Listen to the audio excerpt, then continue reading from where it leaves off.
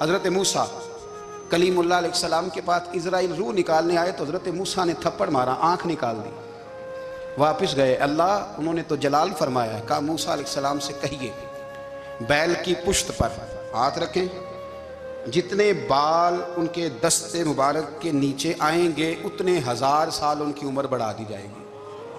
یعنی میرے کان میں کوئی بتا دے کہ جناب 60 سال بڑھ گئی، یا آپ کے کان میں کوئی کہہ دے تو خوشی ہوتی ہے کہ نہیں؟ لیکن یہ حقیقت پسندی نہیں، اس لیے کہ 60 بھی گزر جائیں گے، 70 بھی، یہ حقیقت نہیں۔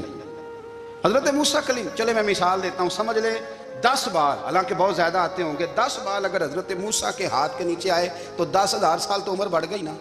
10 یعنی 10 سال نہیں، 10 100 نہیں، 10 بہت زیادہ تھی نا۔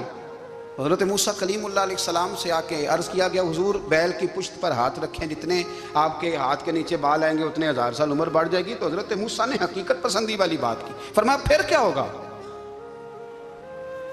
10,000 سال کے بعد پھر کیا ہوگا؟ کہ حضور جانا تو پھر بھی ہے، فرمایا پھر ابھی چلتے ہیں۔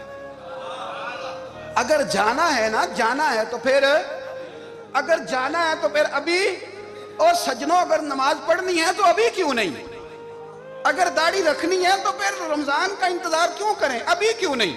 اگر سچ بولنا ہے تو پھر، اگر رزق حلال کھانا ہے تو پھر انتظار کا ہے گا۔ حقیقت ہوتی ہے، بہانہ ہوتا ہے، حقیقت چھپ نہیں سکتی بناوٹ کے اصولوں سے، کیونکہ خوشبو آ نہیں سکتی کبھی کاغذ کے پھولوں سے۔ یہ بات یاد رکھیں۔